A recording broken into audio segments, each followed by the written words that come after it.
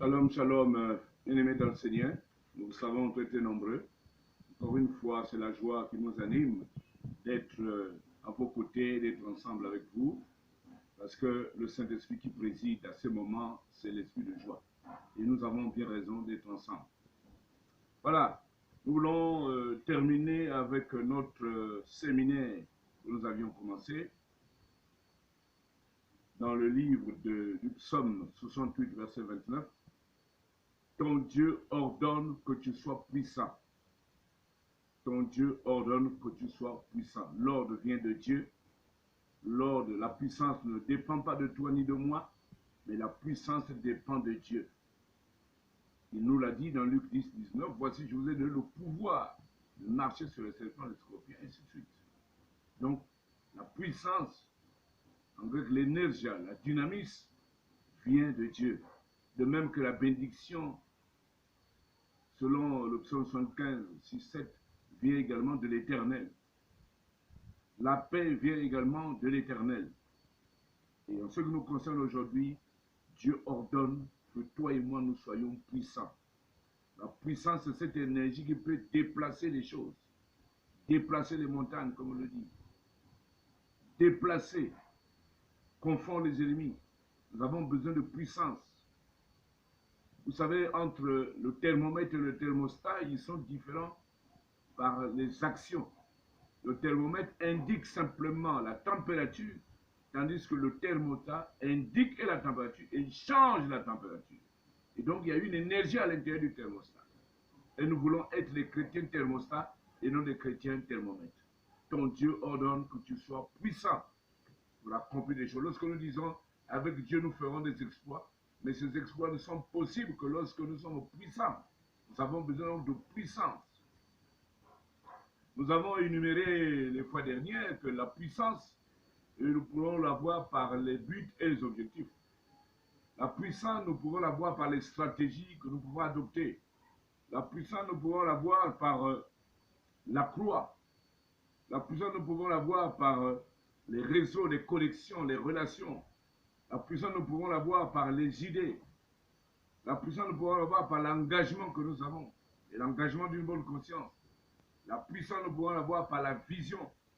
Si tu n'as pas la vision, c'est difficile. La puissance, nous pouvons l'avoir au fil du temps. Le temps peut être tributaire de la puissance. La puissance peut arriver lorsque nous adorons le Seigneur. La puissance peut arriver par la prière. La puissance par le changement. 2 Corinthiens 7, 17. Celui qui est en Christ, il a changé. La puissance par l'information. La bonne information rend l'homme formé. Et cet homme formé devient puissant. Et aujourd'hui, nous allons parler du troisième prix. Parce que là, nous parlons des prix. Paul dit, je cours vers le but pour remporter le prix de la vocation. Donc, il y a un prix à payer. Il n'y a rien pour rien. Sans effort, il n'y a pas de fort. Sans effort, il n'y a pas de fort. Ce sont les efforts qui enfantent l'effort. Et donc, aujourd'hui, nous abordons la puissance qui peut venir par le but et la préparation. Parce qu'une entreprise sans but, un projet sans but assigné au préalable et sans préparation, cela est voué à l'échec. Et au plus d'abord, nous voulons parler dans le cas de ce sous-thème but et préparation, l'ignorance. L'ignorance est le problème de la croix. Donc, à la fois, il y a l'ignorance et d'autre part, il y a le problème de la croix. L'ignorance est une pathologie, en fait. Elle est d'ordre spirituel, mais c'est une maladie. Quand nous méditons Jean 8, 32, Timothée 2, 3, 4, Proverbe 29, 18, il apparaît en surface que c'est une vérité incontestable. L'ignorance ou la non-information est une pathologie comme les autres maladies. Voyez? Et d'autre part, nous avons l'histoire de la croix. Dans Matthieu 27, 25 à 37, 35. À la croix, plusieurs faits eurent lieu, comme par exemple, Jésus fut dépouillé ses vêtements, les soldats se partageaient ses vêtements, ils lui ont donné à boire du vin mêlé de fiel, un soldat lui a percé le côté avec la lance, Jésus prononça cette dernière parole à la croix, et les ténèbres sont tombées sur toute la terre ce jour à la croix. Le voile s'est déchiré en deux, la terre a tremblé, les rochers se sont fendus, les sépulcres se sont ouverts, les saints sont sortis et sont rentrés dans la ville. Mais parlant de l'ignorance, il y a une question qu'on se pose lorsque nous sommes devant la croix. Il y avait deux catégories de personnes, ceux qui savaient qu'est-ce qu'ils faisaient à la croix et d'autres qui ne savaient pas ce qu'ils faisaient, donc qui jouaient, qui prenaient ça pour un divertissement. Parce qu'ils avaient trouvé que la croix était un véritable deal pour se défouler, pour avoir de l'argent. Non, bien aimé. Quand nous sommes proches de la croix, nous devons savoir pourquoi nous portons la croix, pourquoi nous sommes à la croix. Et là, Marie et le disciple du Seigneur avaient compris ce qu'il faisait à la croix, tandis que les soldats qui se jouaient de Jésus ne savaient pas ce qu'il faisait à la croix. Donc ça, c'est l'ignorance. Ils n'avaient aucun but à rester à la croix. Ils ne savaient pas pourquoi ils étaient à la croix. C'était un mauvais choix. Un mauvais choix de la part des soldats. Et cela a entraîné, bien sûr, une honte effroyable pour les soldats parce que tu es à la croix et tu ne sais pas ce que tu fais à la croix. Et c'est bien à la suite, à la fin, que tu vas comprendre que cet homme, c'est un homme, c'est un fils de Dieu. Non, c'est trop tard. Et la croix dans la pensée de Satan. Satan n'a jamais maîtrisé le mystère de la croix. Il a pendu Jésus à la croix, c'est vrai. Il s'est enorgueilli de ce qu'il a cru qu'il était vainqueur, mais il ne savait pas que Dieu s'est saisi la croix pour l'humilier. Et la mission, parce que Satan ne savait pas la mission réelle de Jésus à la croix. Ce n'était pas pour une promenade de santé. Ce n'est pas pour une aventure, mais pour un but. 1 Pierre 3,18 dit, oui, juste pour des justes, afin de nous amener à Dieu.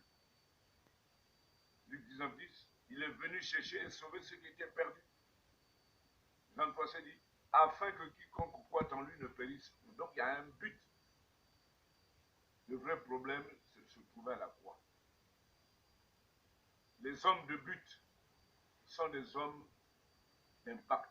Quand tu connais le but pour lequel tu élabores tel ou tel projet, tu prêches, tu diriges l'église, tu as une mission, si tu connais le but, eh bien, tu es un homme d'impact.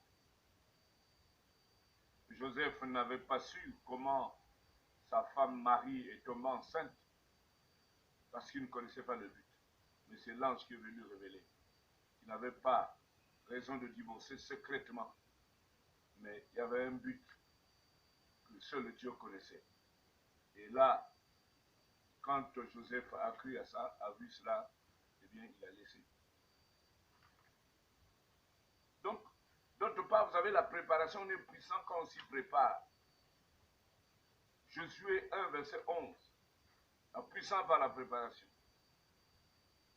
Préparez-vous des provisions car dans 3 jours, nous allons passer ce Jourdain pour aller conquérir le pays que Dieu nous donne en possession. Mais il faut se préparer. Nous sommes devant le Jourdain qui obstrue notre route, qui barre la route, un peu comme les Amalécites qui avaient barré la route à Israël. Là, le Jourdain était en face. Et Dieu dit, préparez-vous des provisions. Sans préparation, vous ne pouvez pas atteindre le but. Il faut se préparer pour atteindre le but. Naaman n'a pas pu être guéri si on ne l'avait pas préparé d'abord. Il fallait plonger cette fois dans le Jourdain. S'il ne plonge pas, il ne peut pas. Donc la préparation se repose sur le planning, c'est-à-dire la marche progressive vers l'accomplissement d'une tâche. La préparation repose sur la fixation des étapes. La recherche de ceux qui doivent exécuter, de ceux qui doivent travailler. La recherche des ressources matérielles, des ressources spirituelles. Préparez-vous de provisions. Nous voulons être puissants. L'ordre du Seigneur est solennel. Ton Dieu ordonne que tu sois puissant. Mais il faut que nous nous préparons. Il n'y a pas de hasard à ce que tu sois puissant. Nous pouvons être puissants également par les stratégies. Les stratégies nous rendent puissants, bien-aimés. Parce que la stratégie englobe à la fois l'habileté et la révélation. Sans stratégie, il n'y a aucun objectif qui ne peut être atteint. Et c'est ça qui détermine la qualité de votre succès. Le succès n'est pas fonction du diplôme, des expériences. Non, il est fonction des tactiques utilisées et des stratégies mises en place dans l'exercice d'une tâche. Regardez le professionnel ouin, le professionnel non ouin, qui était Goliath, face au non-professionnel ouin, David. C'est un problème de stratégie. Goliath a pris l'épée, la lance et le javelot. Des stratégies basées sur la chair. Voilà 5, 16, 22, 21. Mais tandis que David s'est appuyé sur des stratégies divines, il a marché au nom de l'Éternel des armées. Et ces deux stratégies se sont confrontées et l'esprit est au-dessus de la chair, vous le savez.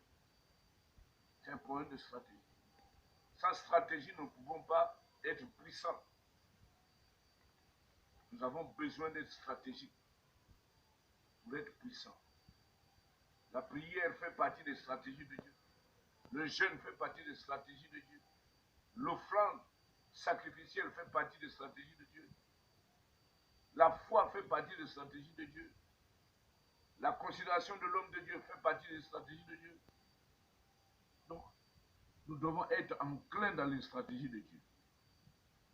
Sans stratégie, il n'y a rien qui puisse marcher. La connaissance également de ton Dieu est une grande stratégie. Si vous ne connaissez pas votre Dieu et que votre Dieu ne vous connaît pas, ce sera difficile.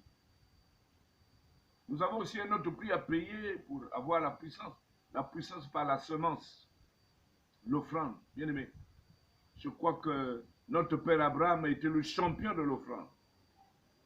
Du fait de sacrifier son fils unique, il avait le secret. La semence. Vous savez que cette loi, la loi Genèse 8, continue toujours. La loi Genèse 8. Tant qu'il y aura la terre, le soleil, la lune, les étoiles, ainsi de suite, cette loi-là persiste toujours, elle sera toujours d'actualité, dit la Bible. Donc, la semence est source de bénédiction. Et Abraham, notre père, était l'imbattable, le champion. Par la foi, par sa confiance en Dieu, par l'amour pour Dieu, par la révélation et la connaissance qu'il recevait de la part de Dieu, Abraham était le champion. Par l'hospitalité, par la fidélité à Dieu, par l'obéissance, par la vision, par l'engendrement, par l'alliance, Abraham était l'imbattable, le champion. Nous avons la puissance également, prix à payer, par le chemin de la croix. Le chemin de la croix. Luc 14, verset 27. Si quelqu'un ne prend pas sa croix, il n'est pas digne d'être mon disciple. Il n'y a pas de maturité sans souffrance. Il n'y a pas d'omelette si on ne casse pas les œufs. C'est ça le principe de la croix. Abraham a dû se séparer de son fils, de Ismaël, de Hagar, de son neveu Lot. C'était le prix à payer, de son pays, de sa patrie, de ses parents. C'était la croix qu'il fallait porter. La croix est une puissance de Dieu. Bien-aimé. Nous avons besoin également d'être puissants au moyen des relations. Ce qu'aujourd'hui on appelle les réseaux, les connexions.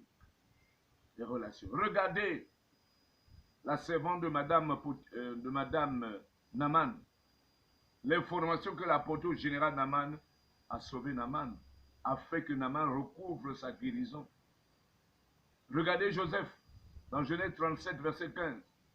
L'information qu'il a reçue de cet homme lorsqu'il était au carrefour. Il y avait des rues à gauche, à droite, il ne savait pas là où aller chercher ses frères. Cet homme qui est apparu devant lui, lui a donné la bonne information. Et Joseph, vous connaissez la suite. Il est rentré dans le prison, vendu, et il est arrivé enfin jusqu'au gouvernorat. Grâce à l'information. Vous connaîtrez la vérité et la vérité vous rendra libre. Sans information, nous ne pouvons absolument rien faire.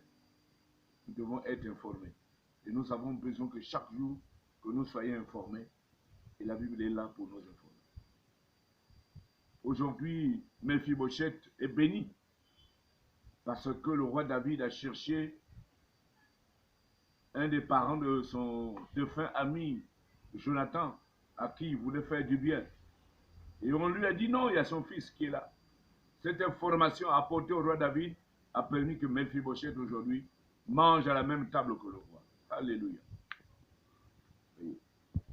Esther est devenue reine parce que son oncle, Mardoché, travaillait au palais, avait l'information qu'on cherchait une reine. Aujourd'hui, Esther est la reine. Vassi a été éliminé. Parce que Vassi n'avait pas l'information que l'humilité précède la gloire. C'était difficile l'opération qu'on lui a demandé de se mettre à nu devant les invités du roi. Mais il n'avait pas l'information selon laquelle l'humilité précède la gloire.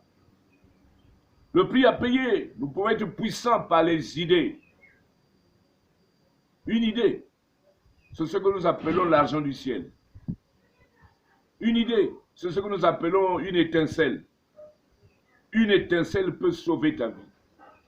L'idée de la servante de Madame Naaman, c'était une idée. Simon, général, pouvait aller en Israël. Il y a un prophète qui peut le guérir. L'idée est venue. Une simple idée qui a sauvé le général Naaman. Une simple idée. Au-delà même de l'information. Au-delà même.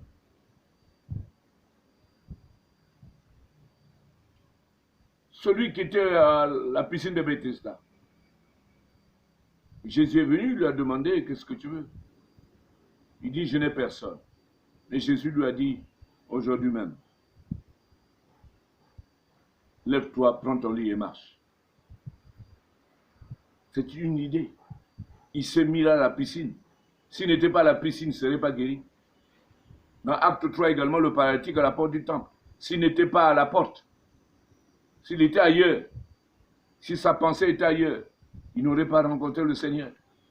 Dans Matthieu 9, 20, 22, la femme à la perte de sang, s'il n'avait pas la pensée, lui dit, et lui la pensée de toucher le vêtement du Seigneur. Et en touchant le vêtement du Seigneur, elle a récolté la guérison. Bien aimé. Zachée également est monté sur le sycomore. Il a eu la pensée de monter sur le sycomore. S'il n'était pas monté, il n'aurait pas rencontré le Seigneur. Il ne serait jamais guéri. Nous pouvons être puissants également par l'engagement, notre motivation, notre zèle. Le zèle de ta maison me dévore. L'engagement. L'apôtre Pierre, dans 1 Pierre 3, 23, appelle ça l'engagement d'une bonne conscience. L'engagement, c'est la motivation. Regardez Néhémie. Tout a été réparé, les portes ont été réparées par l'engagement. Néhémie 2, 18. Levons-nous et bâtissons. Et ils se fortifiaient dans cette bonne résolution. L'engagement. Quand nous sommes engagés, un peu comme les 3 vaillants soldats de David dans 2 Samuel 23. 3 vaillants soldats qui sont allés à la frontière, là où il y a les ennemis, au poste frontière des ennemis, pour aller prendre de l'eau pour leur chef David. Ils se sont engagés, un peu comme Christ s'est engagé pour te sauver moi et toi. L'engagement. Nous avons besoin d'engagement pour être puissants. L'engagement va avec la puissance. Enfin, le prix à payer et la puissance pouvons l'obtenir par notre attitude, notre mentalité. Regardez la femme à la perte de sang. Elle avait une mentalité de combattante. Regardez Anne. Elle avait une mentalité de conquérante.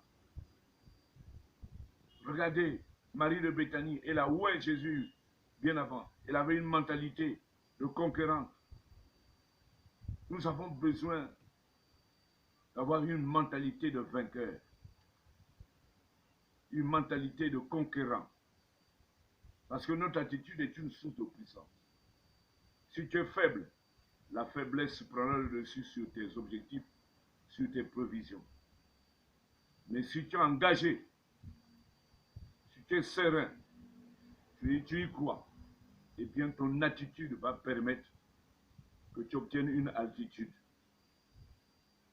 et que tu ailles de l'avant. Nous avons besoin d'une bonne attitude. Ne t'ai-je pas dit, sois fort et courageux. Ne t'ai-je pas dit, aie bon courage. Ne t'ai-je pas dit, ne t'ai-je pas dit. C'est ça l'attitude de vainqueur. Regardez l'attitude des petits animaux.